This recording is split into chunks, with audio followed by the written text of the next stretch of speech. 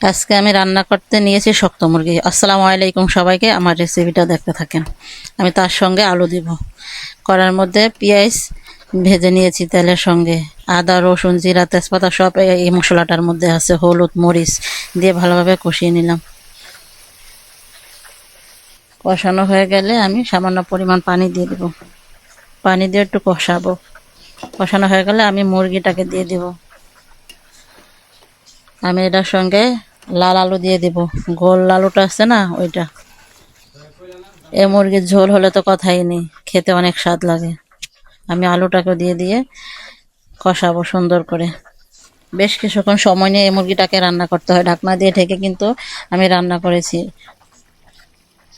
যদি আমার ভিডিওটা ভালো লাগে লাইক কমেন্ট শেয়ার করে দেবেন। আমি পরিমাণ মতো পানি দিয়ে দিয়েছি।